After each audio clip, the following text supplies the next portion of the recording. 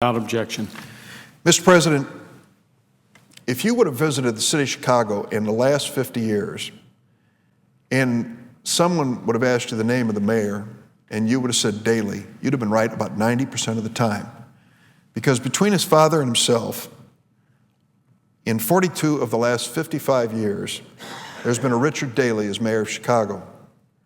Monday marks the end of that era, when Richard M. Daley steps down as the current mayor after 6 terms in office. He's led Chicago for 22 years and 8 months, 5 months longer than his dad, and longer than any mayor in Chicago's history. I know Rich Daley pretty well. We started together in politics. He was a state senator, and I was a staff attorney to the Illinois State Senate back in the 1980s. In that period of time, I guess the 1970s now that I think about it, in that period of time, he was a young father with a young family, brand new to public life. He, of course, had his storied last name of Daley, and he and I were in charge of the Senate Judiciary Committee. Let me clarify that. He was in charge. I worked for him. I got to know him, sitting next to him for many, many hours of hearings, watching his reaction to ideas, measuring the man. He and his wife, Maggie, were going through a tough time at that point. They had a little baby who was very sick and eventually passed away. It was an emotionally draining experience for the whole family, and those of us who worked close to him felt the sense of loss that he and his family experienced. But he's an extraordinary man. Richard Michael Daley was born in 1942, the 4th of 7 children, the oldest child of Richard J. Daley and Sis Daley. His father, who ran Chicago from 1955 until his death in 1976, was one of the most powerful big city mayors America has ever known. Rich Daley grew up in a modest red brick house in Bridgeport, a storied Irish neighborhood of blue-collar bungalows on the south side of Chicago. The famine Irish immigrants who settled the neighborhood in the 19th century called it hard scrabble. Rich Daley's mom and dad taught their kids that the family always comes first. His father, even as mayor, made a practice of eating dinner every night at home with his family, with very few exceptions. Mayor Daley introduced his kids to politics at an early age. Often after dinner, he'd bundle them up, put them in a car, and take them to the ward meetings and events that he was attending. So I guess it was in his blood. One brother, Bill, is now President Obama's chief of staff. He served as U.S. Commerce Secretary under President Clinton. Another brother, John Daley, is a Cook County Commissioner. At Chicago's De La Salle High School, which Rich Daley attended, his nickname was Mayor. No surprise. In his yearbook, he said his ambition was to become, quote, a great lawyer and a politician. His family name may have helped open some doors to his dreams, but then he had to make a name for himself. As he once told a reporter, his father said to him, "I could put you on the ballroom floor, but you're going to have to dance yourself." He started his political life as a delegate to the Constitutional Convention that rewrote Illinois' Constitution in 1970. 2 years later, elected to the Illinois State Senate in a landslide. As a senator, he steered through passage of important mental health and nursing home reforms, pushed for laws to combat child abuse and drug abuse, and against a sales tax on food and medicine. In 1980, he was elected Cook County State's Attorney, and as the county's chief prosecutor, he earned a reputation for law and order, tripled the number of African-American prosecutors in that office, and was reelected twice. His first run for mayor, 1983. He finished last in a 3-way primary, and he thought about getting out of the political business. But thank goodness he changed his mind. He got a second chance to run for mayor in 1989 in a special election to finish the unexpired term of Chicago's beloved first African-American mayor, Harold Washington. That time, Rich Daley won, with 56% of the vote. He took the oath of office on April 24th, 1989, his 47th birthday. He would go on to be reelected 5 times, never with less than 60% of the vote. Richard Daley's vision has always been clear: to make Chicago one of the best cities in the world. And he's pursued that goal with fierce determination. His leadership transformed Chicago from a Rust Belt manufacturing center to a cultural and commercial center that the Global Cities Index calls the 6th most global city in the world, alongside New York, London, and Hong Kong. Rich Daley's funny, blunt, impatient, emotional, and notoriously demanding, especially of his staff. Like his dad, he's a hands-on manager. Whenever he sees anything that needs attention, whether it's a pothole in the street or graffiti on a wall, he makes a little note on a blue slip of paper, then he calls the department head to make sure the problem gets fixed. His tenure has included some disappointments, which happens in every public life, including the city's failed bid for the 2016 Olympic and Paralympic Games for Chicago, but we gave it our best try. But it also includes some remarkable successes. He's traveled the world promoting the city of Chicago. He helped bring new jobs and new vitality to the Loop, the economic heart of that great city. The Daley years brought the expansion of McCormick Place, the ongoing modernization of O'Hare Airport, the redevelopment of Soldier Field, home of the Chicago Bears, and the transformation of Navy Pier into one of the city's top tourist attractions. Mayor Daley also pushed bravely for sensible gun laws, and it's understandable.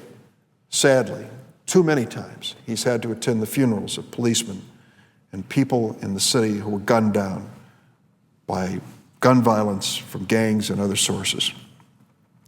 He's worked relentlessly to make Chicago the most livable big city in America and the most environmentally friendly city in the world. During his tenure, Chicago created a comprehensive plan to lower greenhouse gas emissions and address climate change. The city planted more than 600,000 trees and built more than 600 green roofs, covering more than 7 million square feet, more than any other city in the United States. New flower beds now line the sidewalks and the medians. Downtown, one of the greatest developments that he'll leave behind is just a showcase and a magnet for tourists.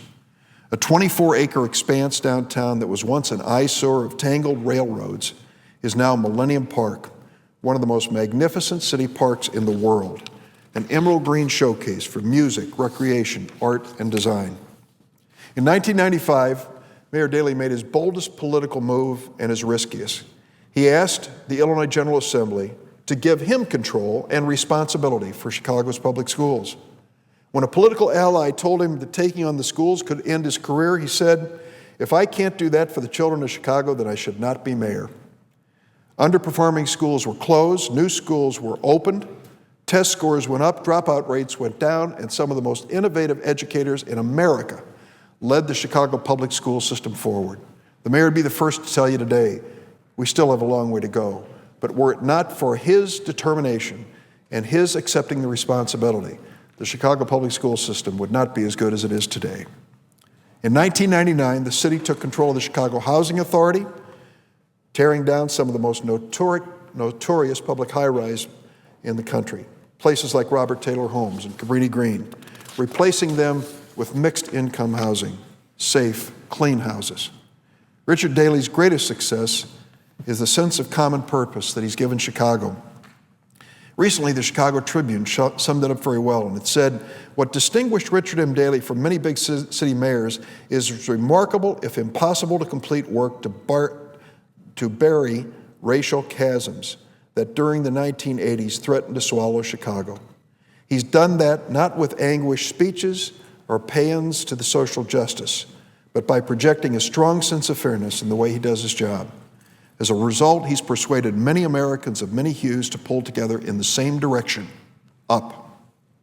Edward Bedore, who served as budget director under both Mayor Daleys, told the Sun-Times, "One was a builder, the other completed the house." In 2005, Time magazine named Richard Daley one of the 5 best big city mayors. NPR's Scott Simon said it very well. He was his father's son, but he became his own man. Among Mayor Daley's most cherished childhood memories was going to the White Sox game at Comiskey Park with his dad and brothers. One of my favorite memories of Richard Daley also involves the White Sox. It was October 26, 2005, Game 3 of the 2005 World Series, White Sox against the Houston Astros. Mayor Daley was in Washington for business, and I invited him and the members of the Illinois congressional delegation to my office to watch the game. Everybody showed up, including a new senator from Illinois named Barack Obama. What a game. The White Sox finally won it 7-5 with a home run in the 14th inning, and they would go on to win the series. That game was the longest World Series game in history, 5 hours and 41 minutes. And as the night wore on, almost everybody trailed away. everybody except Rich Daley. I have a photo of a handful of us who stuck it out until the very end.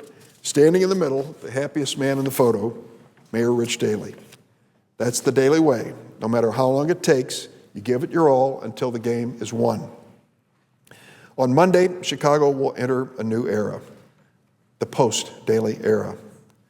We're going to welcome a new, passionate, effective, and talented new mayor in Rahm Emanuel. Like so many other cities, Chicago is struggling with a lot of issues involving the recession and deficits. Fortunately, Mayor Rahm Emanuel will inherit a legacy of unity and progress that will continue to benefit Chicagoans for generations to come. As one reporter noted, the Daley name is so synonymous with Chicago, it might as well be stitched into the city flag. The legacy that Rich Daley has created in that great city is going to live on in the improved lives of the people who live in that city, in the wonderment of so many visitors who come to Chicago and always start their first sentence about the city saying, "I couldn't get over how clean it was." And it is. And I just tell you, it doesn't happen by accident. It takes the leadership of a mayor and a great First Lady, Maggie Daley, who made it happen.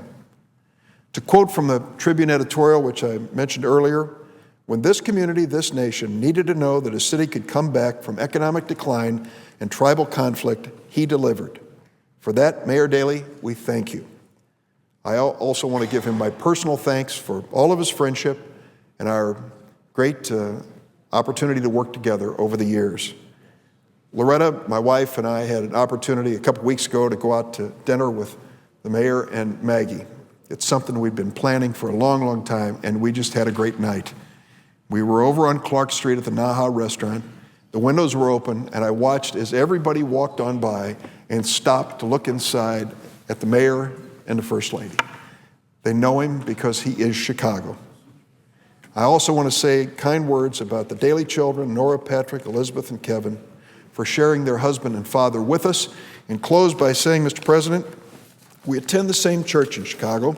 It's called Old St. Pat's, and last St. Patrick's Day was the mayor's big day.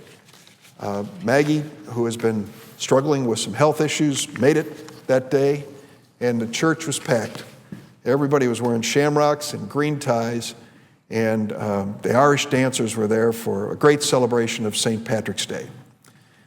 Luckily for the Daleys, their grandkids were also there. Little kids just scrambling all over the church pews, waiting in anxious anticipation for the end of the Mass, because at the end of the Mass, the mayor's favorite, the Shannon Rovers Bagpipe Band, marched right up the main aisle of the church to the front of the church. And the kids were just brimming over with excitement as they came up the aisle. I captured a little picture on my cell phone, which I sent to the mayor and his wife, of their grandkids in anticipation of the bagpipe band arriving. I value it, and I'm sure that family values it.